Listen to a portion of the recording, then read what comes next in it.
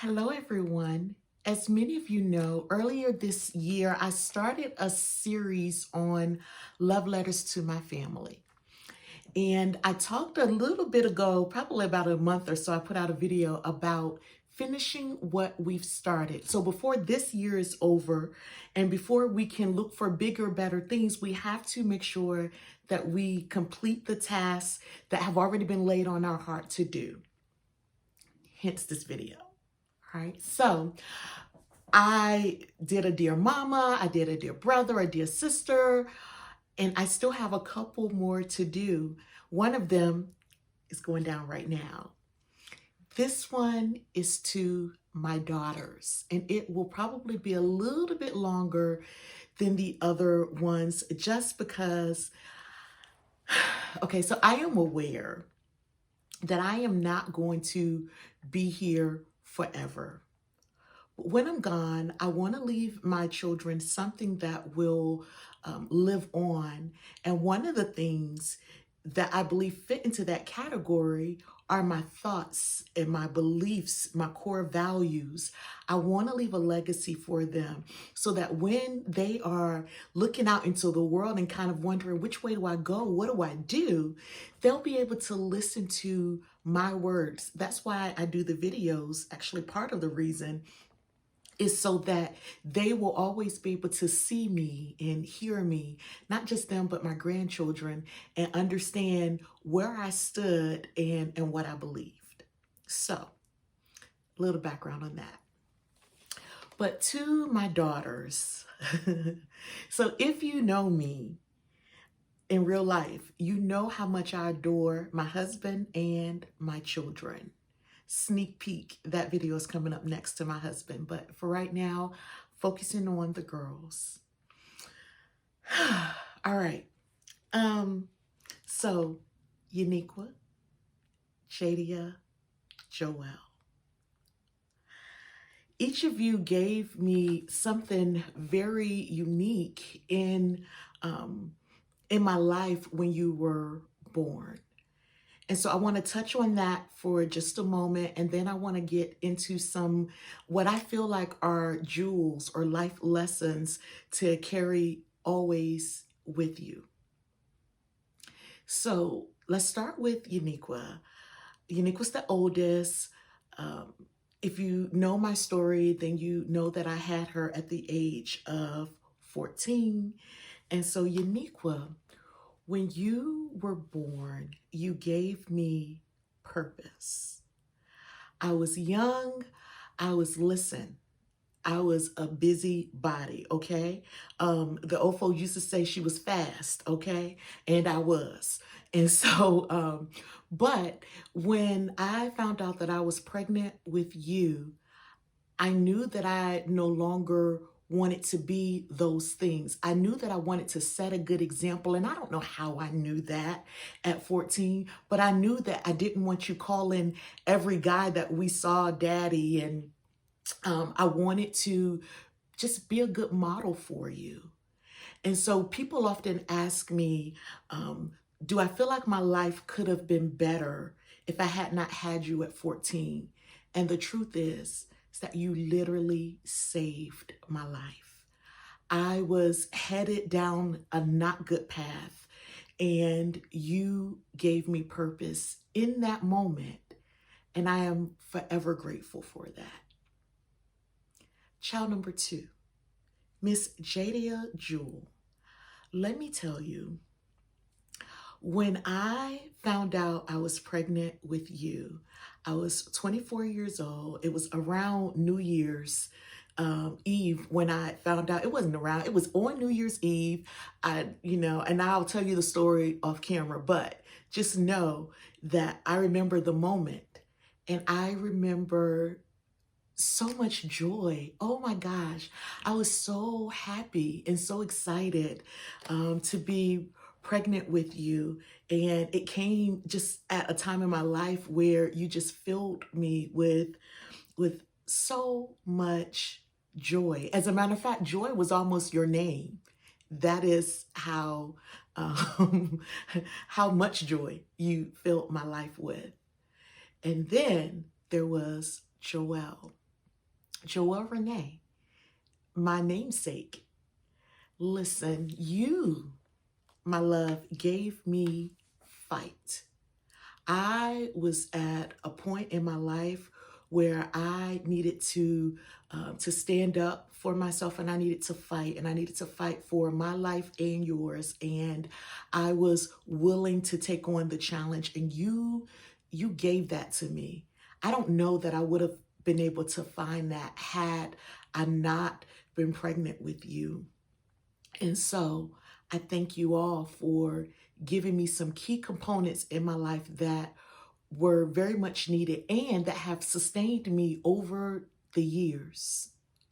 So now I want to talk about some lessons. I want to talk about some things that I've just learned over the years.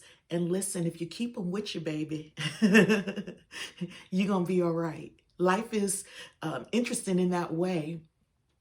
It's challenging and all of the things, right? It's frustrating. All of the things that you can think of. For every negative thing, there's something really beautiful about it. And so I want to encourage you to first always see the beauty. Always see the beauty in yourself. Always see the beauty in other people, and always see the beauty in this world that God created. You are able and very capable of looking beyond all of the negativity and going within and just seeing how beautiful you are and how beautiful this world is that we are so blessed to be able to occupy some space in for a while. I want to tell you that there is absolutely nothing. When I say nothing, I mean nothing at all that you could ever do to make me not love you. Nothing. Yep, think about it. And whatever came to mind, just know never ever will what you do stop me from loving you. My love is not predicated on what you do. My love is only solely based on who you are. And I'm just so grateful to have you. So I just want to let you know that up front. That's something I need you to keep with you. Another thing, and I have my notes because I feel like I'm going to miss something. Dream big, not just a little bit big, like real big. Dream big. Also, though, be willing to put in the work that it takes to make those dreams come true. Sometimes opportunities do drop in our lap, and for that, God, you're so good. Right? But overall success does not drop into our lap like that. It is a day-by-day decision. It is constantly working and striving towards what you see in here and in here. So dream big. Think about it. Marinate on it. Close your eyes. Meditate and listen. Just know that if you're able to envision it, that you have what you need inside of you to make it happen. I never thought that my life would look the way that it looks at this very moment. I never thought that. December 5th, 2021. Listen, I never thought. And so I just want to encourage you to dream real big and know you can do it. I want you to know that you're a difference maker. Yeah, I want you to know that that is exactly why you were brought here. You were created to be difference makers. And so, listen, in a world where everyone strives to blend in, everybody wants to be like this person, live like this person, look like this person, just know that you are the change maker. You are the difference. This world would never, ever be the same because you're here. And so it's okay for you to stand out because that's exactly what you were created to do. And I want you to embrace that. I want you to love that about yourself. Which brings me to my next thought is to be kind to yourself. and be kind to other people. Um, Now, kindness only works well with boundaries. Yeah. So when you're kind to yourself, you have these boundaries in place that say, you know what? I am not going to self-sabotage. I am not going to allow myself to talk about myself and think about myself in negative, harmful ways. I am going to make sure that I'm giving my body the love and the care that it needs in order to run smoothly. I'm not just giving my body out to everybody, right? So just knowing that you are so special and everybody, listen, everybody can occupy your space. That's being kind to yourself. Being kind to others is also having those boundaries in place and making sure that when people cross your boundaries that you address that. It can't be you kick over this boundary and that's okay. That's okay. I'll just go set up another one. No, address that. Yeah. And it's okay. And you can do that with a smile.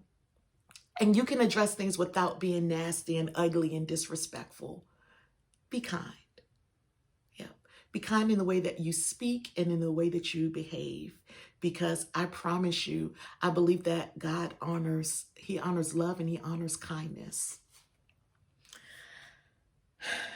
All right, y'all ready? We're doing good. Part of being kind too is when we talk about relationships, making sure that there's some reciprocity.